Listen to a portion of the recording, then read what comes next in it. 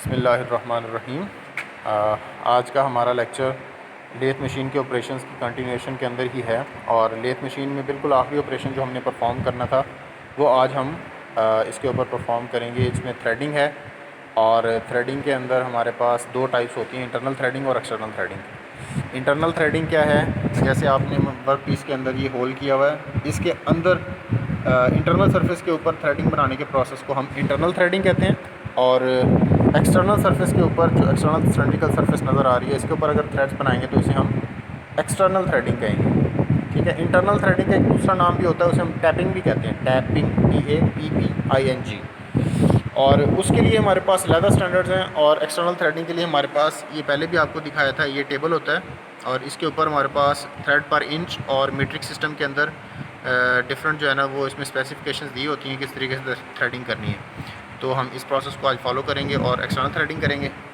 पहले हम internal threading की तरफ आते हैं। इंटरनल थ्रेडिंग के लिए हमने सबसे पहले अपने वर्क पीस के अंदर एक इंटरनल होल जो है एक होल हमने क्रिएट किया और इस होल का जो डायामीटर है यानी इंटरनल डायामीटर वो 8 mm है और जो डेप्थ ऑफ होल है वो 24 mm है। तो 8.5 mm इसका डायामीटर और 24 जो है वो इसकी इंटरनल यानी कि लेंथ ऑफ होल है। अब इसके अंदर हमने इंटरनल थ्रेडिंग का प्रोसेस करना है, उसके लिए अब सेटअप आपको करके दिखाते हैं।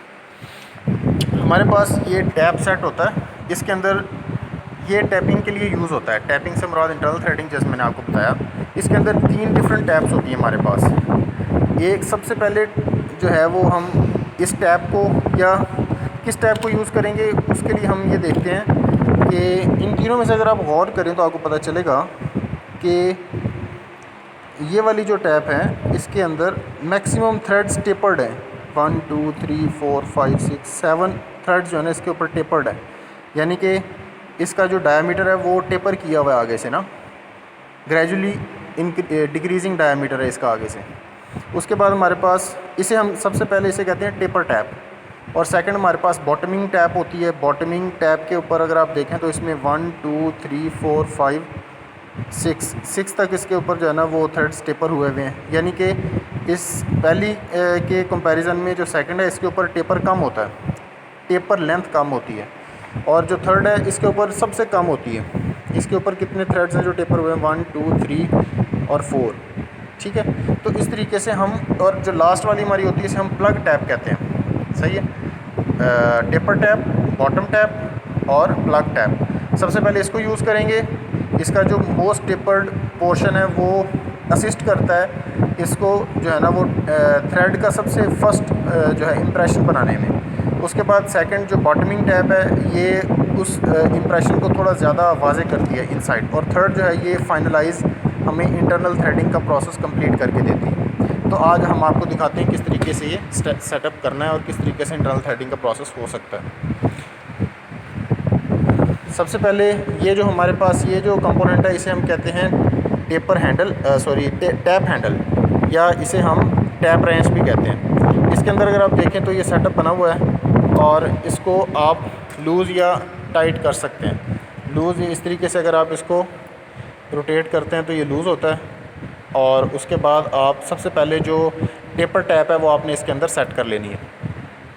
टेपर टैप आपने सेट कर लिया, अच्छे तरीके से टाइट कर लिया। उसके बाद आप इसको वर्क पीस के ऊपर लेकर आएंगे और टेल स्टॉक की मदद से आप इसको होल के अंदर फिक्स करेंगे। और आप ये देख सकते हैं कि जो टैप होती है उसके बिल्कुल बॉटम के ऊपर एक बिल्कुल छोटा सा सुराख होता है। उस सुराख के ऊपर हमने अपना जो टेल स्टॉक है वहाँ से डेड सेंटर इसके ऊपर रखना है। ये देखें इस तरीके से इस जो है वो छोटे से होल के ऊपर ये सेंटर मार्क किया हुआ है। इस सेंटर के ऊपर हमने डेड सेंटर को सेट करना है और जो हमारी टैप है वो इस तरीके से मटेरियल के अंदर होल के अंदर जाएगी। अब हम प्रोसेस स्टार्ट करते हैं। ये आपके पास होता है कूलेंट भी इसे कहते हैं और लुब्रिकेंट भी कहते हैं। हम लुब्रिकेंट को यूज़ करेंगे और मैनुअली जो है वो हम अपनी टैप को मूव करते रहेंगे, रोटेट करेंगे और ये हमारा टैपिंग का प्रोसेस परफॉर्म हो रहा है।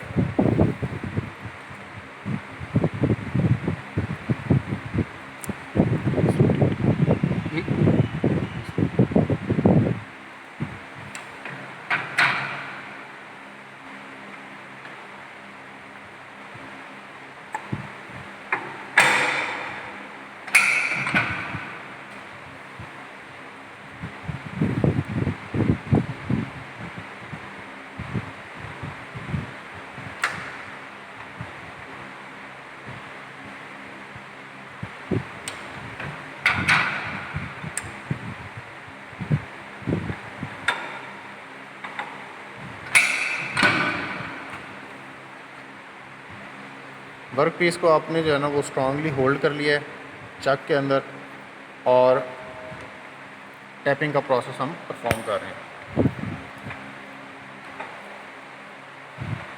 इसमें आपने लुब्रिकेंट प्रॉपर यूज़ करते रहना है ताकि जो कटिंग है वो इजी हो, और जो हमारे कटिंग एजेस हैं टैप के ऊपर वो डिस्टर्ब ना हो, उनके अंदर परमानेंट डिफॉर्मेशन ना आए।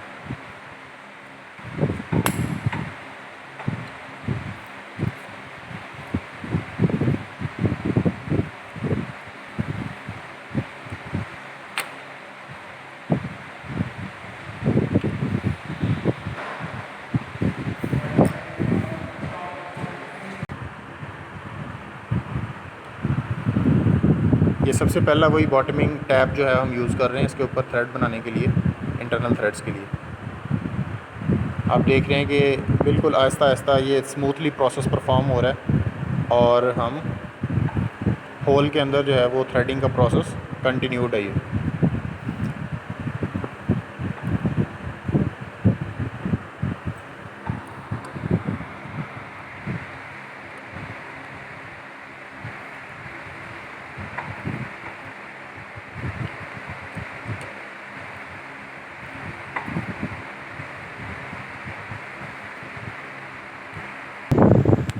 ये अब हमने बॉटम टैप यूज़ कर रहे हैं, second type of the tap, यानी कि इंटरमीडिएट जो टैप है हमारे पास। इसके अंदर क्या होगा, इंप्रेशन मज़ीद थोड़ा इंटरनल थ्रेड्स का बेटर हो जाएगा और वाज़े हो जाएगा ज़्यादा।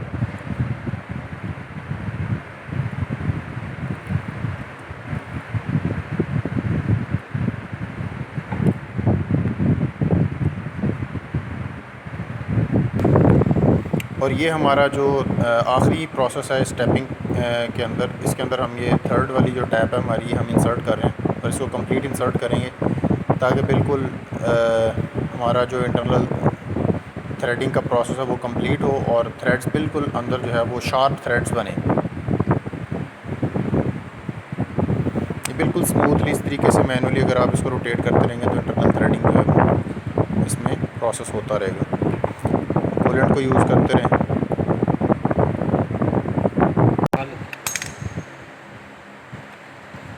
ये अगर आप देखें तो अब वर्क पीस के अंदर आपको इंटरनल थ्रेड्स नज़र आ रहे होंगे, और ये थ्रू आउट मटीरियल के अंदर सारे होल के अंदर इंटरनल थ्रेड्स बन चुके हैं। अब इसकी क्लीनिंग करें और उसके बाद इसको किसी भी ऐसे एक्सटर्नल थ्रेडेड पार्ट के साथ इसको असम्बल किया जा सकता है जो यहाँ पे आप चाह रहे हैं, जिसके साथ इसको असम्बली बनाने की आप जो है ना वो ख्वाहिश रखते हैं। बाकी ये है कि इसमें अब एक्सटर्नल थ्रेडिंग के प्रोसेस को हम देखते हैं। फॉर एग्ज़ाम्पल अगर आप देखें तो ये हमारे पास एक्सटर्नल थ्रेडेड बोल्ट है।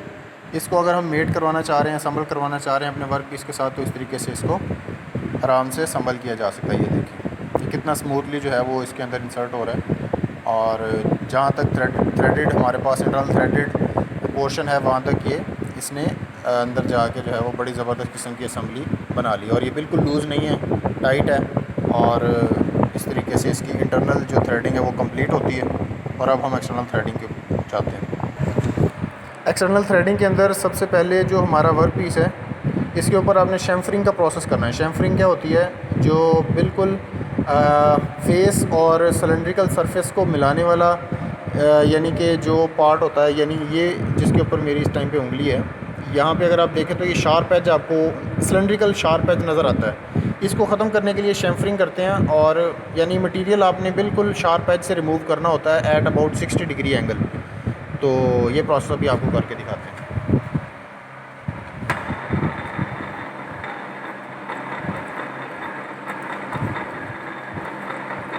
ये शैम्फरिंग का प्रोसेस हो रहा है, बिल्कुल शार्प एज जहाँ से मटेरियल जो है वो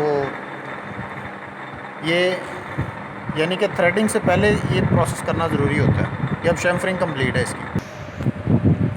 अच्छा, एक्सटर्नल थ्रेडिंग के लिए अब हम ये चाह रहे हैं कि ये जो टेपर्ड पार्ट है हमारा वर्क पीस का, उसके बाद ये वाला जो ये बिल्कुल जो स्ट्रेट पार्ट है इसके ऊपर हम एक्सटर्नल थ्रेडिंग करेंगे। और किस साइज़ की करेंगे, सबसे पहले इसमें जो चीज़ डिटरमिन करने की ज़रूरत होती है वो होती है पिच। ठीक है जी। और पिच आपको पता है क्या होती है। पिच एक लॉन्गिट्यूडनल डिस्टेंस होता है बिटवीन टू कंसेक्टिव रिंग्स और बिटवीन टू कंसेक्टिव रेवोल्यूशंस। ठीक है, यानी कि जो दो थ्रेड्स होंगे उनके दरमियान में कितना डिस्टेंस होना चाहिए। तो हम इसको मीट्रिक के अंदर कर रहे हैं और हमने यहाँ से ये टेबल है, इससे हमने 1.5 जो है वो वैल्यूज़ यहाँ पे रखना चाह रहे हैं। 1.5 ये 1.5 है और आपने देखना ये है कि इसके ऊपर जो थिम्बल है वो उसकी पोजीशन क्या है और लिवर्स की पोजीशन क्या है, क्योंकि इसके अंदर हम ऑटो फीड को इंगेज करेंगे और उसके लिए ये सेटिंग करना ज़रूरी है। ये हमारे पास अगर हम देखें तो 1.5 के ऊपर ये एल जो है वो हमारे थिम्बल की पोजीशन है और ये हमारा, ये हम यहाँ से निकाल के एल के ऊपर लेके जाएंगे इसको। ये हमारा एल के ऊपर इंगेज हो गया और ये जो हमारे इसके अंदर अगर हम देखें तो बी और डी लीवर्स हैं जिनको हमने इंगेज करना है। तो बी और डी यहाँ से हम इंगेज कर सकते। ये लीवर ए के ऊपर है, इसको हम बी पे लेके जाएंगे। ये लीवर इस टाइम पे सी पे है और इसको हम डी के ऊपर लेके जाएंगे। ये देखिए थिम्बल इंगेज हो गया, लिवर इंगेज हो गए। अब हम यहाँ से ऑटो फीड को इंगेज करना चाह रहे हैं, मीट्रिक या विट वर्थ। ये देखें यहाँ पे दोनों लिखे हुए हैं कि आप कौन सी इसके ऊपर जो है ना वो थ्रेडिंग करना चाह रहे हैं। तो हमने करनी है मीट्रिक थ्रेडिंग, क्योंकि हमने यहाँ से जो वैल्यू देखी थी वो ये, अगर देखें तो ये थ्रेड्स के अंदर है। ठीक है जी, तो मीट्रिक हमने यहाँ से सेलेक्ट कर लिया और अब ये ऑटो फीड आप देखें तो ये इंगेज हो चुकी है, यानी कि ऑटो फीड स्टार्ट हो चुकी है। इसको हम अब अपने वर्क पीस के साथ इंगेज करने लगेंगे।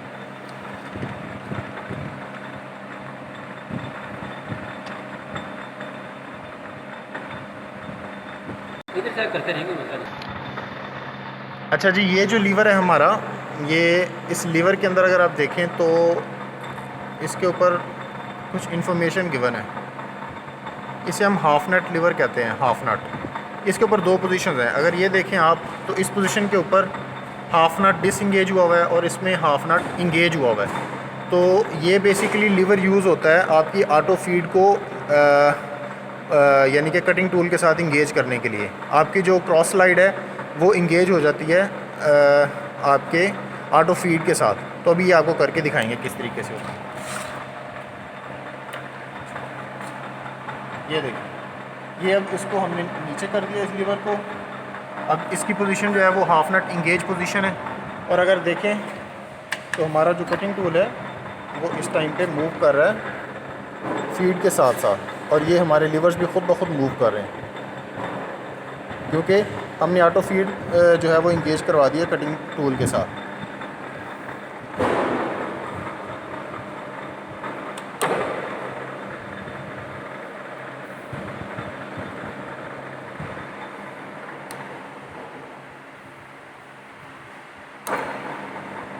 ये अब हम रिवर्स और फॉरवर्ड के अंदर इसको इस तरीके से यूज़ करते हैं कि जब हम रिवर्स के अंदर जाते हैं तो हम डिसंगेज करते हैं अपने वर्क पीस को टूल के साथ, और जब फॉरवर्ड के अंदर आते हैं तो अपना वर्क पीस जो है वो टूल के साथ इंगेज कर देते हैं। इससे हमारी कटिंग का प्रोसेस फॉरवर्ड के अंदर होता है सिर्फ। अब ये देखिए, ये कटिंग का प्रोसेस हो रहा है, ये थ्रेड्स बन रहे हैं। अब ये रिवर्स के अंदर डिसंगेज हो गया है। इस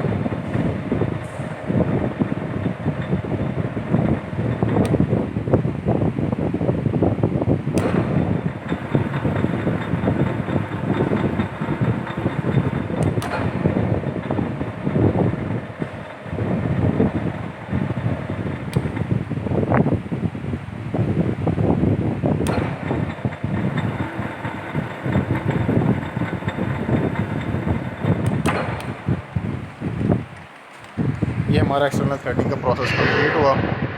और ये हमारे वर्क पीस के ऊपर अगर आप देखें तो ये बड़े प्यारे प्यारे से और बड़े ज़बरदस्त से थ्रेड्स बन गए हैं। और ये थ्रेड्स जो है वो अब फाइनलाइज पोजीशन के अंदर, फाइनलाइज कंडीशन के अंदर हैं। इन्हीं को जो है वो अब एक्सटर्नल किसी भी इंटरनल थ्रेडेड नट के साथ या किसी भी ऐसी बॉडी के साथ इंगेज करना हो तो हम इजीली कर सकते हैं।